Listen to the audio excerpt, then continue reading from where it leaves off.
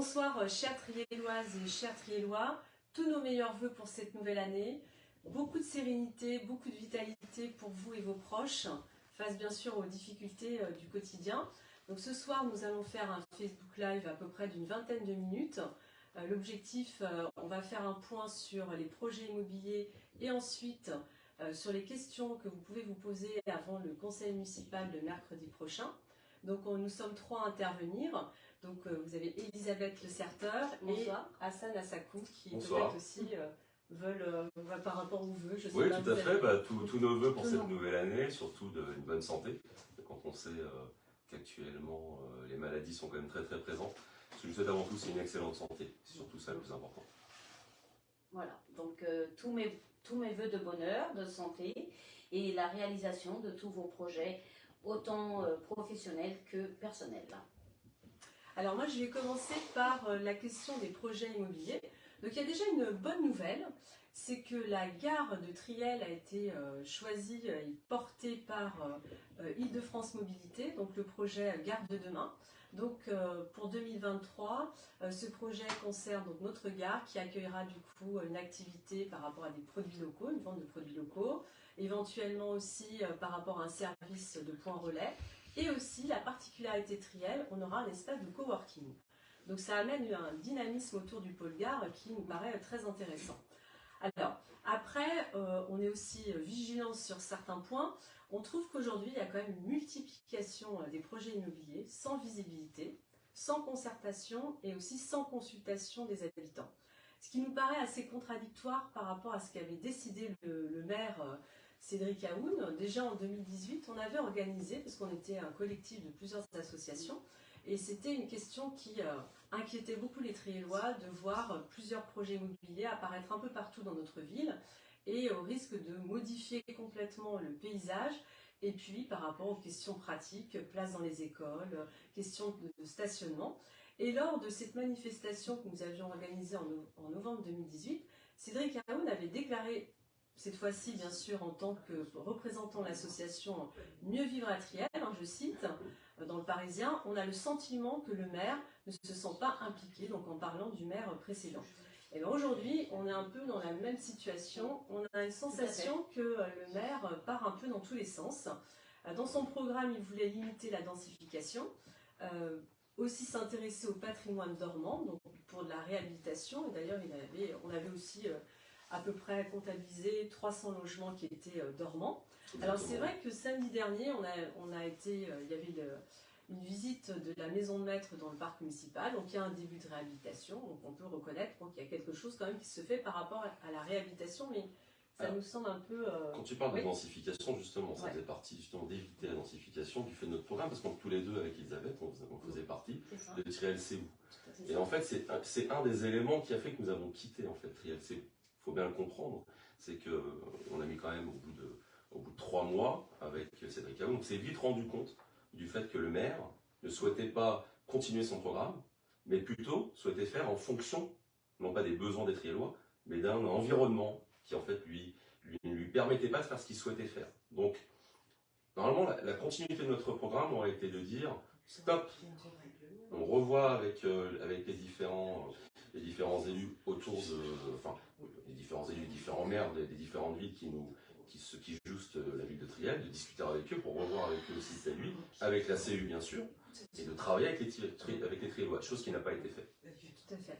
Alors, il y a aussi une chose que j'ai observée, on était tous d'accord par rapport justement à éviter les dérives par rapport aux projets immobiliers, aussi aux promoteurs qui peuvent être intéressés par le foncier à Triel.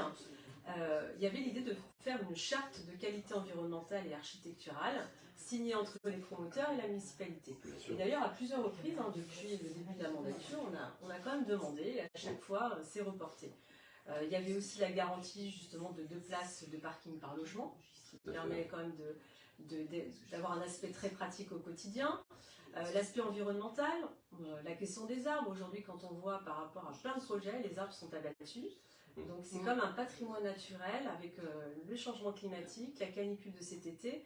Ça nous paraît aussi une question, on va dire, d'actualité et d'assurer notre avenir.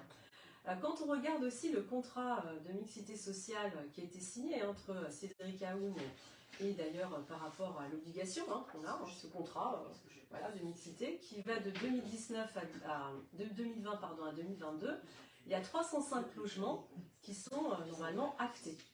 Et aujourd'hui, on peut se poser la question, exemple, rue de la Chapelle, de 8 rue de la Chapelle, il y a eu une réunion qui a été faite avec la société 3F, avec les riverains, et on s'aperçoit que finalement, il n'y a pas eu véritablement d'une concertation et une consultation en amont. Et le permis de construire doit être déposé, je ne sais pas, ça devait être cette semaine. Je n'ai pas été voir au service de l'urbanisme par rapport à l'affichage. Il faut savoir, ça c'est intéressant pour vous, c'est qu'il y a une obligation d'afficher les demandes de permis de construire, bien sûr leur validation. Et ça c'est un affichage public. Donc quand vous allez à la mairie, au service de l'urbanisme, à l'extérieur, vous avez tous les permis, les autorisations de travaux. Donc ça peut permettre aussi aux habitants d'être informés. Donc il y a des projets qui sont lancés, mais sans vision globale. Question aussi rue de Sablongy. Pendant un moment, on a entendu parler d'un projet. Finalement, on n'a aucune information. Par rapport aussi à un projet, le projet Sobo. C'était un projet, il devait avoir une maison de retraite avec Orpea. Ça avait été validé. Finalement, maintenant, on nous parle des seigneuriales pour des logements qui sont passés de 100 à 121. Là, il n'y a même pas eu de concertation, c'est juste une présentation avec Bouygues. Sachant en plus que le projet des seigneuriales, c'est des appartements pour des personnes âgées, mais sans aspect médicalisé. Alors qu'à l'heure actuelle, Arpavi, contre la Roseraie, 50% des logements sont vides. Donc quel est l'intérêt justement de cette proposition? Peut-être l'aspect intergénérationnel, vous l'avez aussi dans votre projet. Le côté Feucheret-Bazin, c'est un peu, on en parle, on n'en parle pas. À partir du moment où c'était une inquiétude, on avait eu une réunion, c'était en septembre 2021, le maire avait déclaré lors de la commission urbanisme que c'était acté qu'il y allait avoir des logements à Feucheret-Bazin. Et même avec certains projets de quartier, à Pisse-Fontaine, il avait dit bah non, j'en fais un peu moins ici, mais je pourrais renégocier des logements sociaux à Feucheret-Bazin. Donc c'est inscrit, c'est une OAP, elle est dans le contrat de mixité sociale. Ce serait aussi intéressant d'en parler aux Triello en amont, d'en parler aux habitants des quartiers limitrophes, des riverains, parce qu'on sait très bien qu'un projet immobilier qui réussit, c'est un projet qui est vraiment anticipé, où il y a le dialogue. Alors, on sait très bien qu'il faut faire des logements sociaux. On a des contraintes liées à la loi, mais pour que ces logements sociaux soient acceptés de tous et qu'ils correspondent aussi à une demande, il faut un dialogue. Donc on est assez sceptique justement sur la politique justement d'aménagement et immobilière. Par rapport à l'îlot du théâtre aussi, le projet qui est au cœur, là on voit des échoppes, conteneurs boutiques, un restaurant, mais où est le pôle culturel? Voilà. Il y a déjà 2 parcelles qui ont été achetées par nos deniers communaux. On a acheté 2 parcelles pour 1 million d'euros, il faut savoir. Les conteneurs, on ne sait pas combien ça a coûté. Nous, en tant qu'élus, pour avoir accès au plan précis du projet de l'îlot du théâtre, on a des grandes difficultés. On n'a jamais eu de présentation globale du projet. Non. De toute façon, a priori, on n'a jamais de présentation sur aucun projet. Donc. Exactement. Donc on voulait quand même vous montrer que la question immobilière, elle était présente, elle a été vraiment au cœur des préoccupations des Triellois en 2018. Je dirais que ça a été au cœur aussi des programmes électoraux. Et en 2023, début 2023, on a l'impression d'être au point mort. Et même, on est inquiet parce qu'on ne voit pas émerger certains projets concrètement et sans dialogue et sans consultation des habitants. Par rapport aussi à tout ce qui est aménagement, il y a un aménagement de la plaine. Donc il faut savoir que vous avez Lafarge qui a exploité quand même une partie de la plaine, vous avez les Banza, et à chaque fois qu'il y a des réunions, et la plaine concerne Triel, Triel n'est jamais représenté. Alors que l'aménagement de la plaine a des conséquences bien sûr sur notre ville, c'est à l'entrée de notre ville. Vous avez aussi, par rapport à l'enquête publique à l'heure actuelle, qui se finit d'ailleurs le 20 janvier, qui concerne la future A104, donc c'est quand même une double voie, qui va arriver sur Triel.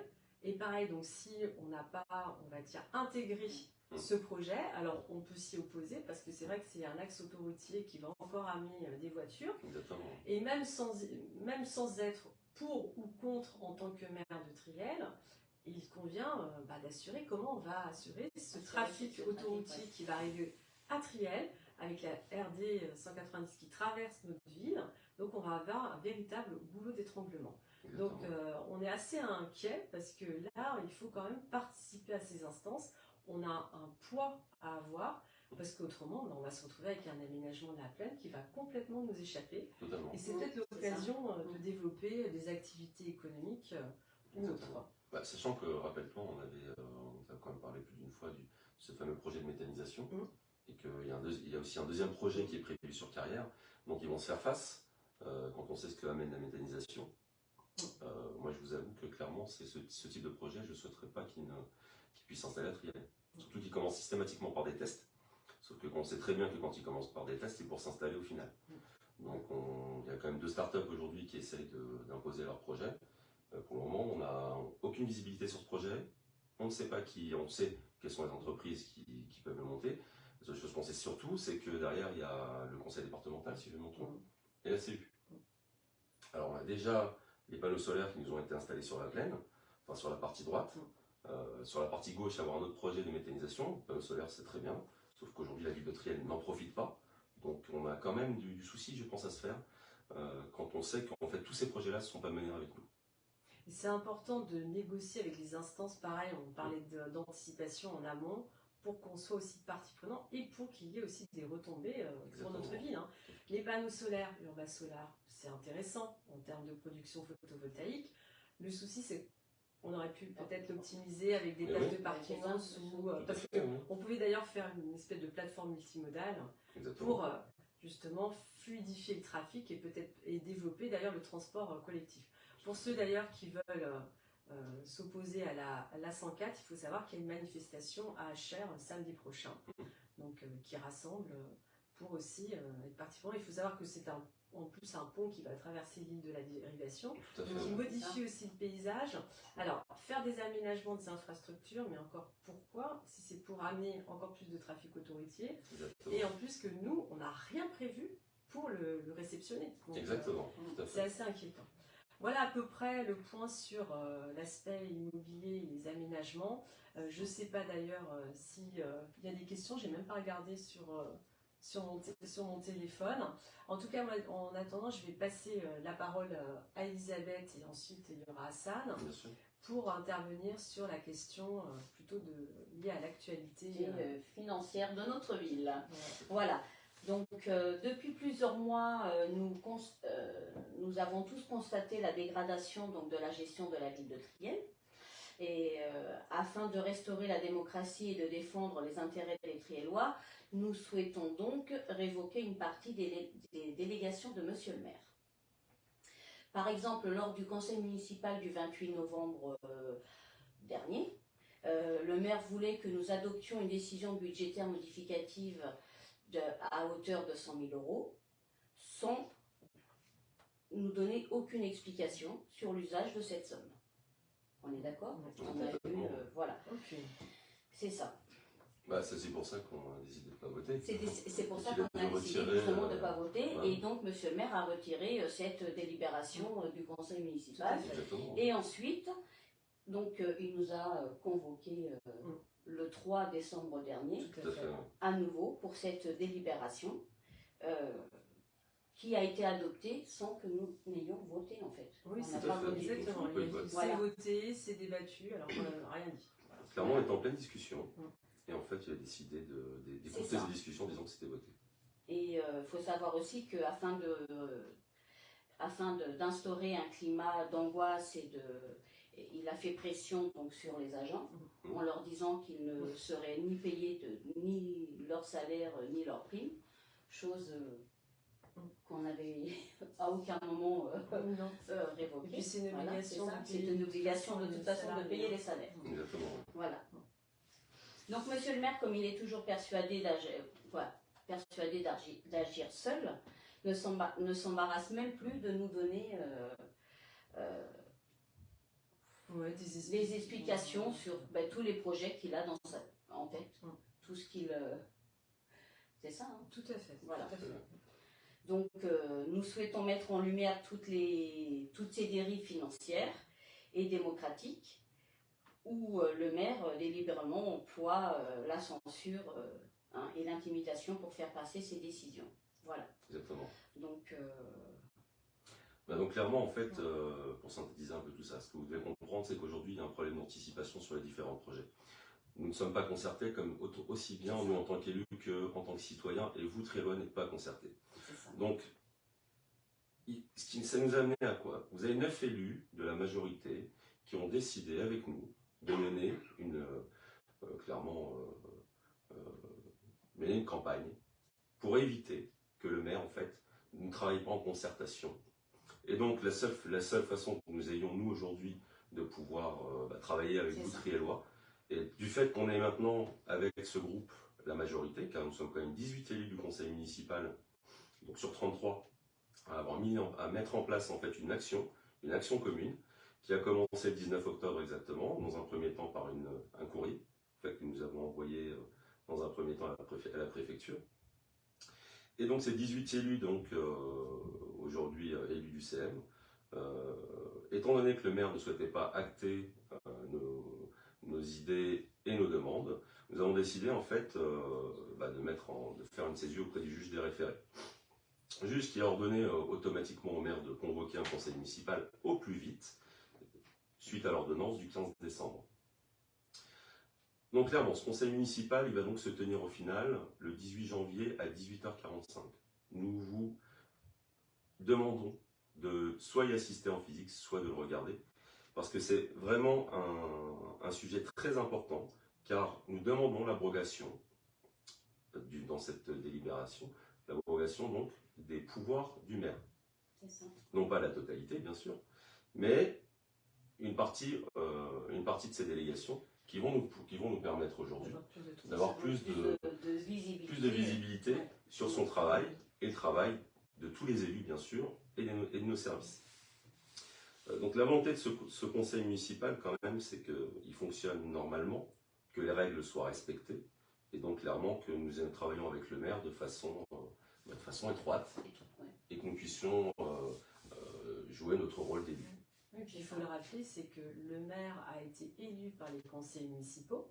Tout à fait. Donc voilà, il a été élu par une majorité.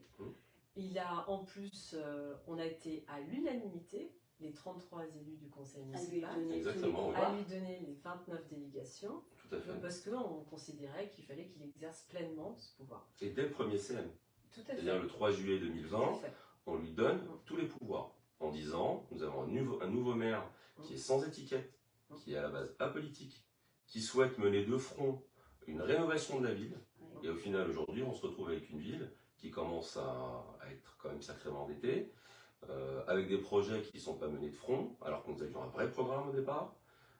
Donc là il était temps d'agir. Et donc nous sommes aussi, il était temps d'agir, tout à fait. Les dérives financières, ça on l'avait déjà évoqué dans le dernier Facebook Live. Des sommes qui sont votées, on ne sait pas, des enveloppes pour quel projet, finalement on n'a aucune visibilité. Et en plus, pareil, sur l'anticipation, à chaque fois on demande des plans pluriannuels d'investissement, c'est toujours intéressant de savoir où on va, on n'a absolument aucune information. On n'a rien. Et en plus, il y a les personnes de la majorité qui partagent exactement la même opinion. Oui, exactement, tout à fait. Est-ce qu'il y a des questions? Je vais peut-être récupérer mon téléphone sur...